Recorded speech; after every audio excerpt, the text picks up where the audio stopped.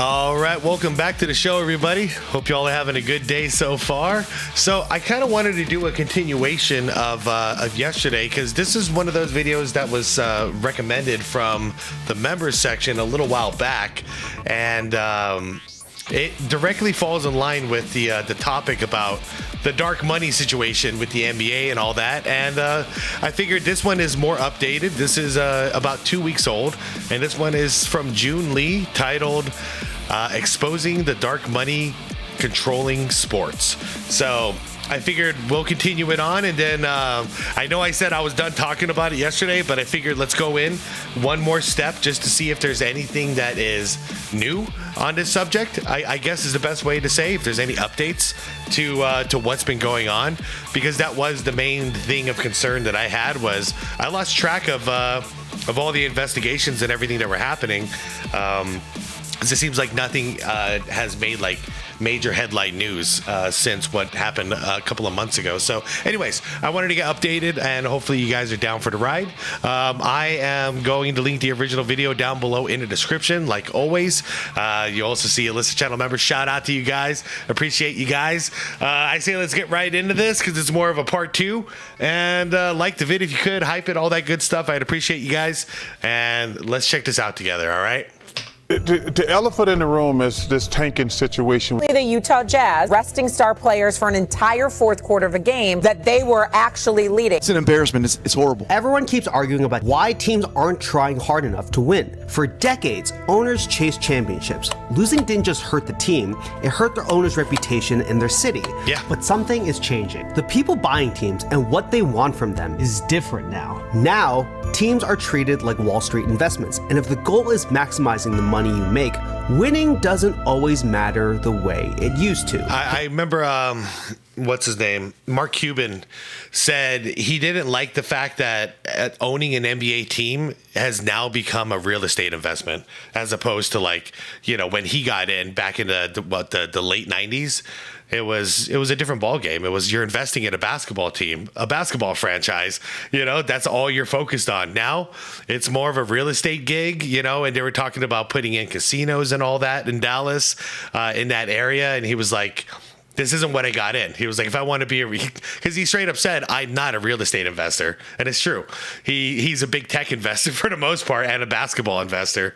So he got out of the market. And I don't know how much is true, but that's what he said. The real question is, why have owners become comfortable losing? Because today, many owners don't actually need to win to make money. And that question leads straight to private equity. The sad thing is as we've seen with Michael Jordan's journey as an owner alone, you can have the worst or one of the worst teams, and it doesn't matter because the price of NBA teams keeps going up no matter what. So even if you're on the low end of that, you're still going up the same percentage of the market. Today, nearly 2/3 of the NBA, more than half of Major League Baseball, nearly 1/3 of the NFL and NHL, and half of MLS has a connection to private equity. In just 2024 alone, private equity deals in sports hit $31.6 billion. So why are billionaire team owners, who are already people with enormous amounts of money, bringing these firms into sports? I mean, same reason they're buying up all the other real estate. You know, you want to know why house prices are still so expensive? Same thing. Wall Street is buying the hell out of all these houses, and they're paying cash for it. Like, yeah, I don't know, man. I don't like it. I really don't like it. But first, what is private equity? Last I checked, houses were for families. You know, that was the idea. Now it's just an investment for Wall Street to make money. I hope it changes. Firms that pool money from wealthy people and institutions and take control of companies. Private equity firms might purchase anything from a basketball team to a restaurant to a newspaper. The goal is to grow these businesses quickly, often by cutting costs and restructuring. Because private equity firms... It's also part why almost all the restaurants out there, unless they're like old school family-owned run restaurants, everything's starting to taste the same. Everything's tasting like ass. Everyone is just buying from Sysco Foods. Nothing is fresh. It's all frozen. And it's same thing.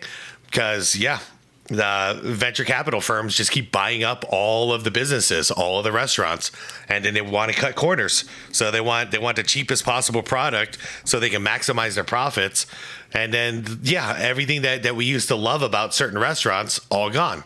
Often aren't traded on the stock market. These decisions are made in private. The goal is to make as much money as possible to sell what they bought.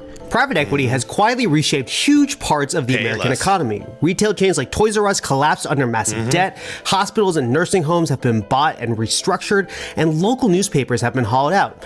Even rent has gone up because of private equity. The model isn't always... I remember when they were trying to bury AMC. AMC and GameStop back then. Now GameStop, I was like, I don't know, man. They're probably due, but I didn't like what they were doing. How they were just killing it.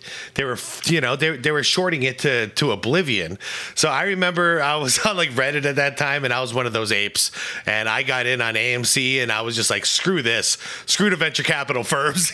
Like let's short squeeze their asses. Thankfully, it ended up not being a losing venture. I made a little bit of money on it, but more so, I was happy to be part of the community fighting against this, because if we didn't all step up, and I mean I played a minor role, but if us like millions of people didn't step up and buy the hell out of the stock to squeeze it, AMC theaters would be gone. They would have been gone around 2022, buried and done.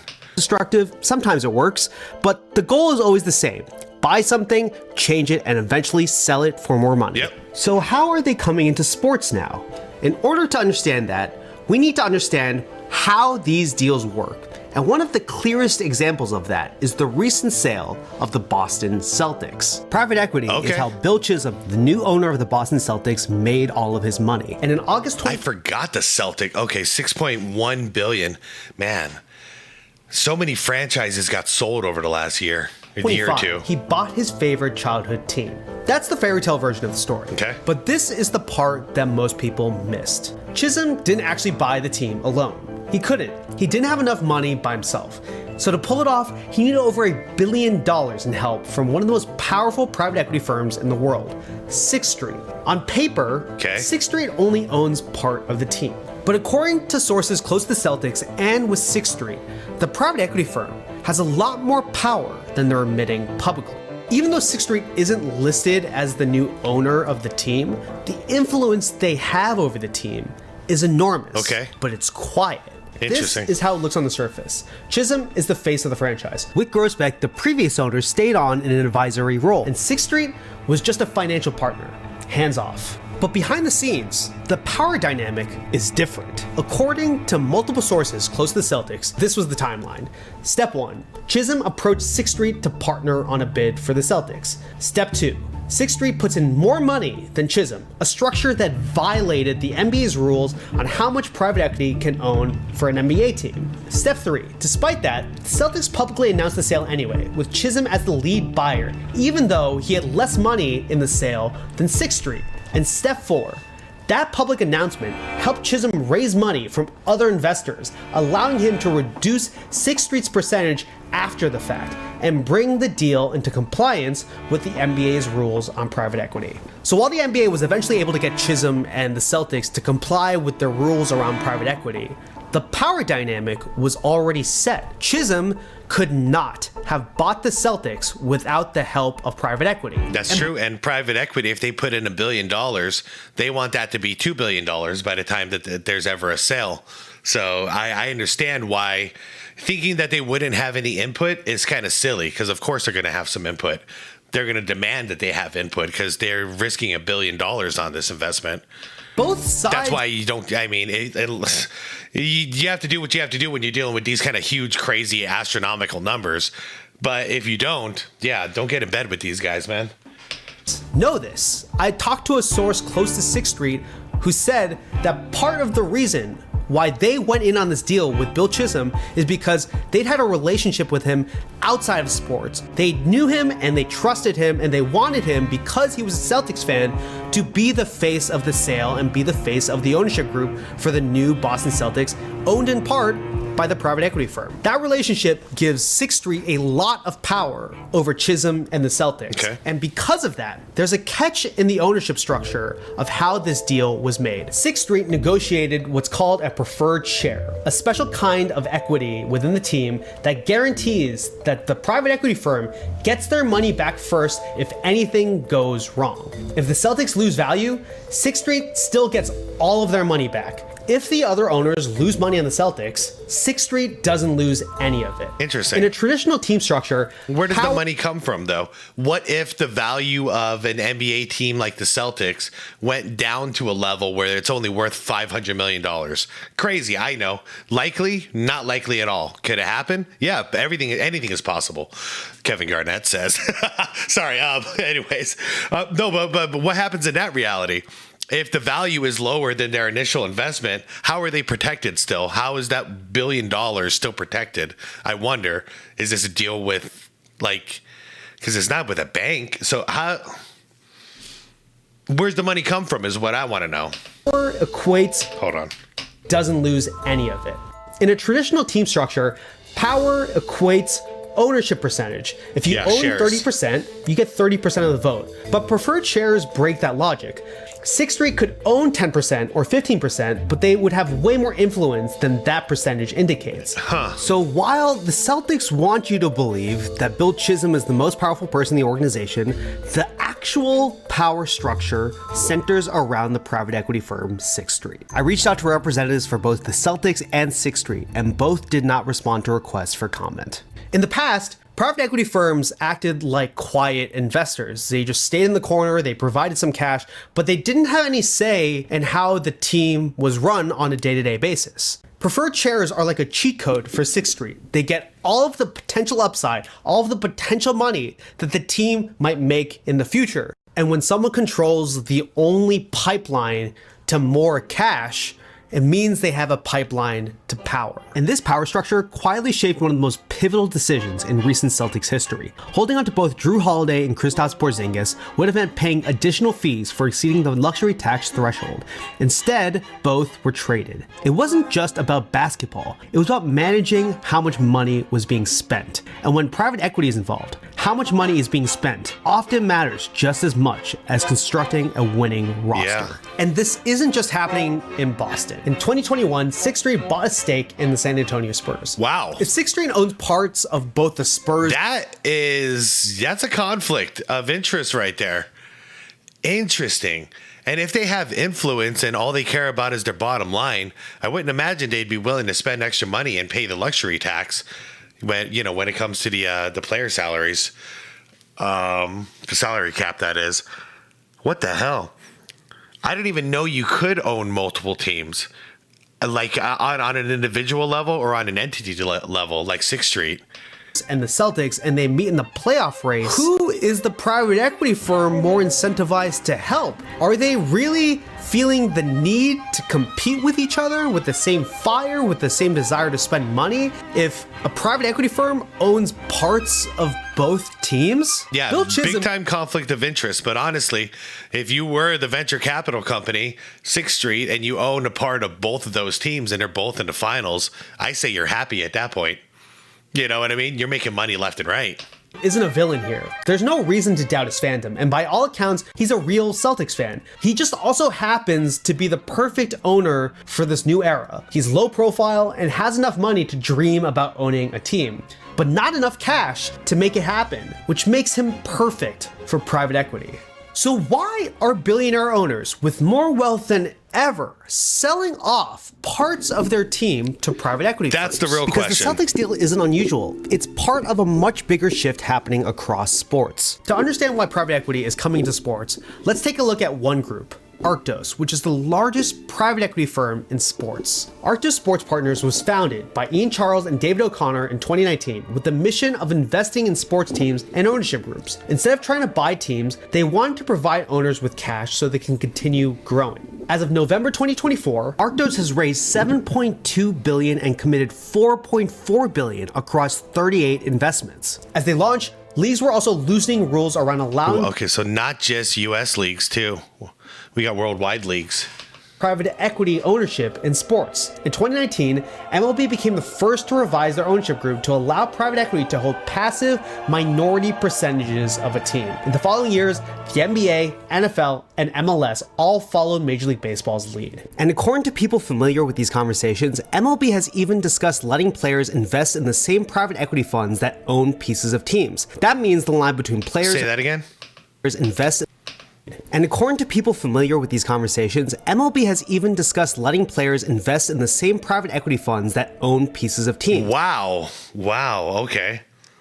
What's next? You're going to list it on the stock market and then everybody else can buy in? Like, I'm shocked. That means the line between players, owners, and investors could start to blur. Yeah. And while this isn't under active consideration according to a leaked source, it does show how much private equity is changing how business people think.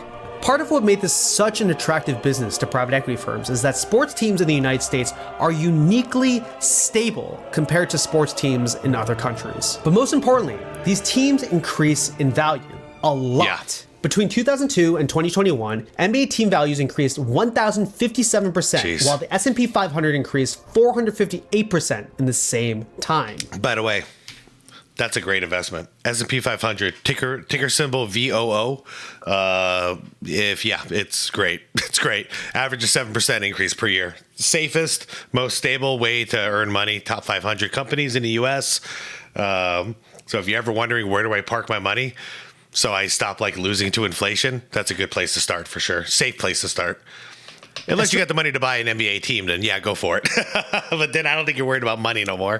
Streaming platforms like Netflix, Amazon, and YouTube grew, the league saw an opportunity to grow their sports in a similar fashion to the Premier League. They wanted global fans. The more fans there are around the world, the more money a team is worth. And because there's only so many sports teams that someone could possibly buy, the scarcity of those teams make the teams even more valuable. Owning a sports team doesn't necessarily mean you have billions of dollars sitting in the bank. It's a little like owning a house in a neighborhood where prices keep going up. Yeah. On paper, you might be worth millions more than you were a few years ago, but unless you sell the house, you can't actually spend that money. Yes. The cash is considered liquid, and then this is considered an asset. It's an unrealized amount of money you have, but it's not realized until you sell it and it becomes liquid cash. Sports teams work the same way. Their value keeps going up, but that value is mostly locked inside the team itself. Wait. 2002 bought the Celtics for $360 million. 23 years later, sold the Celtics for $6 billion. So 6 times 3, 18. 1,800% increase. Anyways, 18x. 18x your investment in 25 or 23 years. Jesus Christ. And running a winning team actually makes the cash problem worse because player contracts, luxury taxes, facilities, scouts, analytics departments, that's all real money leaving the building every year. So you can own something worth billions while still needing cash to keep it competitive. Yeah, true. And that gap is exactly where private equity firms step in. Arctos has taken advantage of this gold rush. Yeah, it makes sense. If you put every last penny in, then that's it. That's all the money you have. So now you need help to run the operation. Unless you have other businesses that are continuing to funnel money through you, and then that's it. Yeah, the life of a billionaire. Well, it's something I'll never be able to grasp.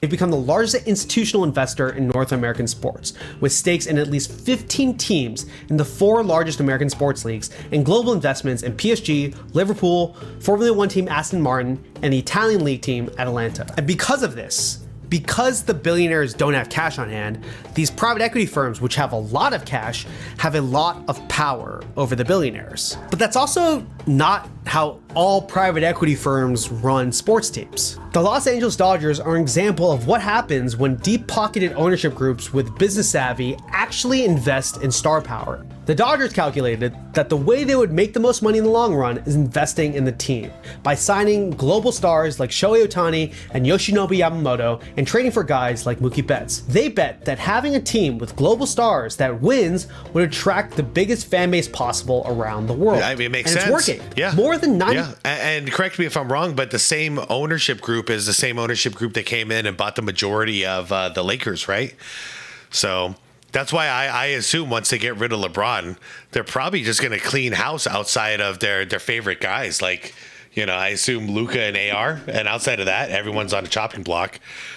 If they're going to do anything similar to what they did in LA, that is. Percent of Japanese tourists who visit Los Angeles now visit Dodger Stadium to see Ohtani and the rest of the Japanese stars. The Dodgers model worked because the owners were ambitious. They had bigger visions than just trying to maximize profits on a year-to-year basis. They had a plan for what it would be like to win, to grow prestige for the Dodgers, and eventually how that would not only increase the value of the franchise, but also grow their global fan base and increase the amount of money they made in the long run. Making as much money on a year-to-year basis hasn't been the priority for the Dodgers because they view the actual payoff coming down the road when potentially the team is sold and the valuation of the franchise goes up because they continue to win championships, and because they continue to win championships, they get more fans from around the world. I mean, imagine a long-term benefit from that. Because we saw the numbers when it was like $200-something million or $300-something million, and then 18x's over 23 years. So imagine you get in an investment right now that's like, let's just say $5 billion for a team, and then that 18x's in another 25 years. Like, that's the goal. At that point, like, you just robbed a freaking bank. Hopes that this approach. But will it happen? I don't know, man. These prices are already crazy. I don't know if they keep going up, but historically they do. Transfer into another sport after the Guggenheim Group bought the Los Angeles Lakers, where he has multiple executives from the Dodgers now consulting on how to better run the Lakers as an efficient organization.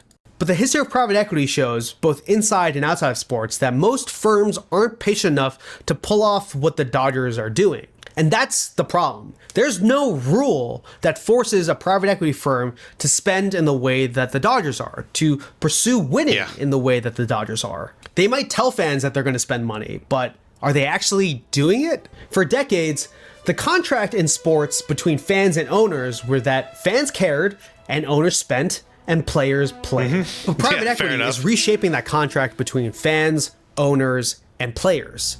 The people with the least emotional investment in the results on the field, the private equity firms, are gaining power right now. And while a lot of this might seem doom and gloom, I think fans are also underestimating the amount of power that they have in this situation. While fans don't get a seat at the table, they do decide where their attention and money goes, and that's power. When fans in Europe opposed the creation of the Super League, an opportunity for the biggest teams in global soccer to join together to create a video game style mega league, fans boycotted games and blocked team buses because they believed it went against the spirit of global football culture. Within 48 hours, that project collapsed. Wow. Goes without saying, but should be said, that the project put forward was never going to stand without the support of the fans. When I was reporting the story, multiple team owners told me that fans underestimate how much power they have, and they pointed to the Super League as an example of fans realizing how much pressure they can put on owners if they stand together and they organize together. And private equity isn't going anywhere, so it's going to be important for sports fans to understand how this is influencing the way that teams are constructed and who ends up on the field wearing your team's uniform.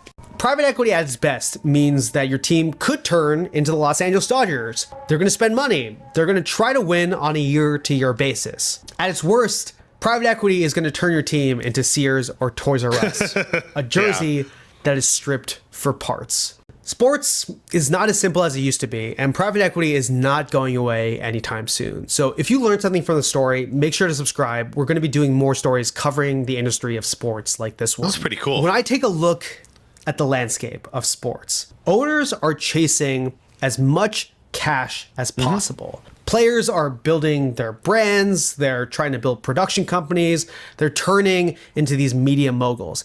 And meanwhile, fans are over here still caring the most of all of them. And I hope that fans remember that caring, the fact that they do care, the fact that these results matter to them still, is power, and that their attention is power, and that if they see their team doing something that they don't agree with, that they don't think is in their best interest, they can do something about it by redirecting their attention elsewhere.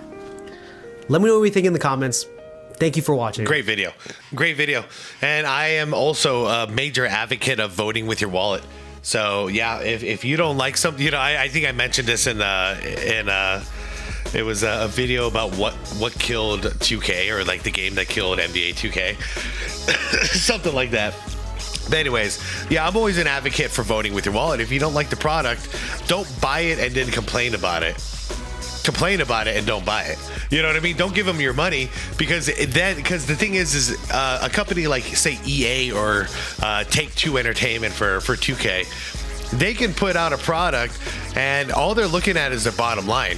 So they can see, there's a lot of bad reviews. A lot of people are getting angry about the microtransactions or blah, blah, blah, whatever it may be. But then at the bottom line, you go, we sold 10% more than we did even last year. So that's all that matters. But if it's accompanied with, if it's a combo of, we're getting a lot of negative reviews and sales are down 10%, guess what? They're going to have to step up and fix the product. That's all it actually takes. But every single year, if they're making more and more money each and every year, all the complaints that they hear, it's in one out the other. Why would they change anything if they're making more money year after year? That's enabling them and reassuring them that they are actually doing the right thing, which drives me crazy when it comes to this stuff. But it is just the way it goes. I can vote with my wallet, but it doesn't mean everybody else in this country is going to do the same thing, unfortunately. So and when it comes to dude, venture capital coming into everything, I hate it. I really, really hate it. I hate that they're in real estate. I hate that they're in the restaurant industry. I hate that they're buying up all the stores we used to know and love. And honestly, if they're not making enough money, then they just tank it and destroy it. That's not good for us. I hate the fact that VC companies like Blackstone is the major culprit all over here in the Valley. And I've investigated all over the place in the United States, but definitely here in the Valley, we've had a ton of new builds being built over the course of the last, I'd say, 7 years, and they own the majority of them. Blackstone, they own everything, and then they're just renting it out.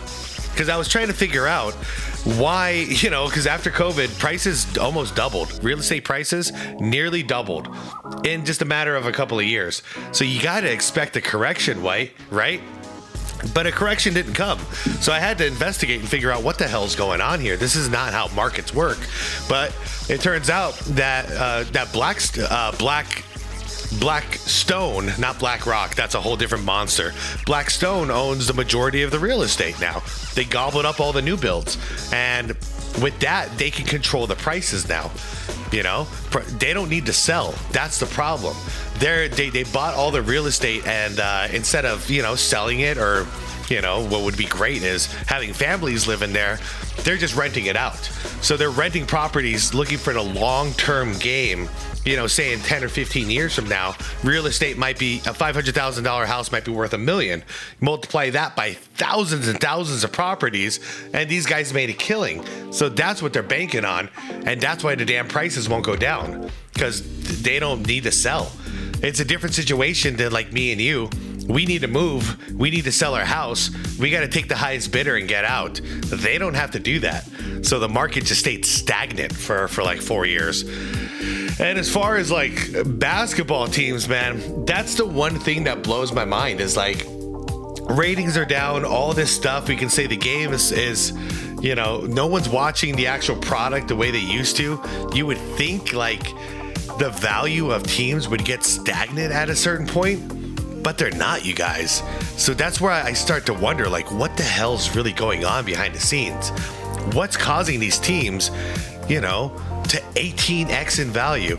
You guys, from 2002 to now, what's happened with the league? They had 8 decent years of sustainability and then 16 years of a downtrend. But the value of teams 18x. So what's going on? I leave that question to you, because I ask myself this question all the time, and I'm going around in circles right now. Is it all just gambling money? What the hell is it? Anyways, guys, I want to hear your opinion on it. I feel like I've talked enough about money on this channel for the next year. So, you know what we're going to do tonight? we're gonna watch some vintage Michael Jordan. That's what we're gonna do. We're gonna watch some 80s Jordan stuff tonight to just watch the taste of this dirty money out of our mouths. So, but I do want to hear your opinion. What in your opinion, what is causing these teams, these basketball teams, to go up so substantially in value when all the numbers surrounding it are pointing to the fact that either they should be staying stagnant or going down? But they ain't just going up. They're doubling like almost every year. What the hell is this? Let me know in the comments, guys. I appreciate you. Like the vid, hype the vid if you think this is a message that should get amplified, and subscribe to the channel if you want more content like this. And most importantly is be water, my friends. Peace out.